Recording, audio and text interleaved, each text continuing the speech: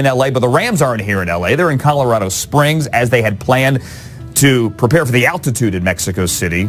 They got there Monday night around 7 o'clock. They're not going to turn around. They went to the Nuggets game last night. They're just trying to find some quiet time there. But they took time to thank everyone back here and thank everyone in Mexico. They wish they could go there. That's what Jared Goff had to say. Excited to be back in front of the home fans for Monday Night Football. See you there. And then this from Johnny Hecker as well, the Rams punter, who I think has coined or at least taken to social media to use the word Ramley. A shout out to the Ramley in Mexico. Vamos Rams. They're going to have to play this game here in L.A. And people here certainly are excited for that game in L.A.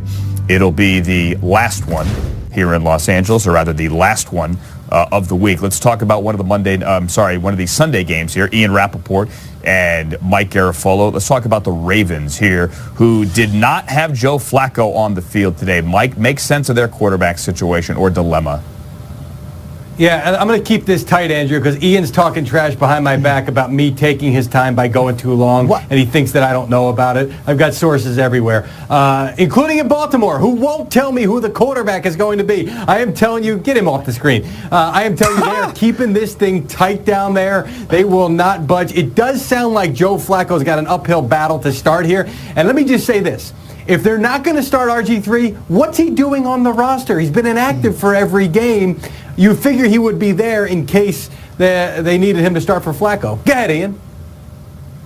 You did not keep that tight at all, by the way. But you are right in the fact that Baltimore is keeping this very much under wraps. And, Mike, they seem to really enjoy this. Talked to a source over the weekend. Said he's pretty sure he knows what's going to happen. And, obviously, Flacco did not practice today. And then I said, well, obviously, it's going to be Lamar Jackson starting if Flacco can't go. And the response I got was, are you sure? So, no, I don't think we're sure on anything with this Ravens quarterback situation leading up to Sunday. All right, and Mike, we're not sure at all about the Browns coaching search because John Dorsey didn't want to say anything today. Yeah, well, he's going to try and keep this as tight as he did before the draft when it was only right up against the draft. We finally figured out, yeah, it's going to be Baker Mayfield. It's going to be a little harder here, though, because you can keep things quiet with the draft. You don't need to talk to the draft pick or get him to agree to anything. You do with the coaches. You're going to have an interview circuit. So I think he is going to be able to keep a little bit under wraps, but we're going to find out as this goes along.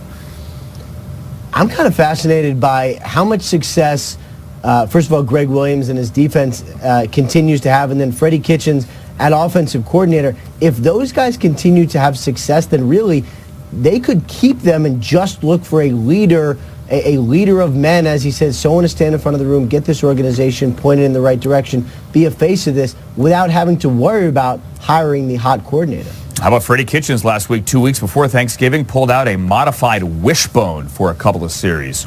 It looked fun until he had a running back throw a pick.